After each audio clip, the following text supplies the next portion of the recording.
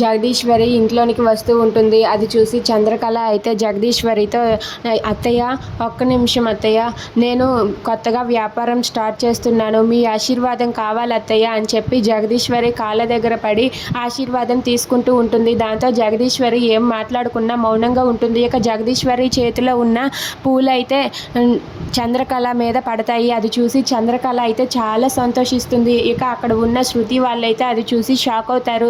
ఇక చంద్రకళ అయితే థ్యాంక్స్ అత్తయ్య, మీ ఆశీర్వాదంతో నేను ఇంకా ఎక్కువ బిజినెస్ చేయాలని అనుకుంటున్నానని చెప్పి చంద్రకళ అంటూ ఉంటుంది. దాంతో జగదీశ్వరి అయితే ఏం మాట్లాడకుండా అక్కడి నుండి అయితే వెళ్ళిపోతుంది.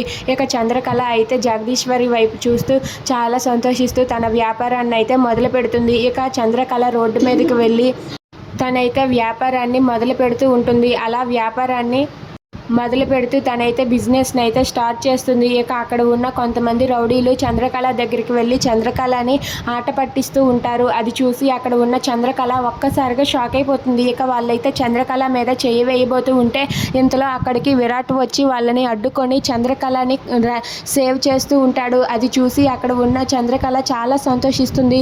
ఇక విరాట్ అయితే ఇలా అంటూ ఉంటాడు, ఈ క్షణంలో నేను రాకపోయి ఉంటే ఏం జరిగేదో తెలుసా నీకు అని చెప్పి అంటాడు. తెలుసు అని చెప్పి చంద్రకళ తన కొంగుని మీదకి పెట్టి ఆ రౌడీలను అయితే చెతగొడుతూ ఉంటుంది. అది చూసి అక్కడ ఉన్న విరాట్ ఒక్కసారిగా షాక్ అయిపోతాడు. ఇక అక్కడ ఉన్న చంద్రకళ అయితే వాళ్ళిద్దరినీ కూడా కొడుతూ ఉంటుంది.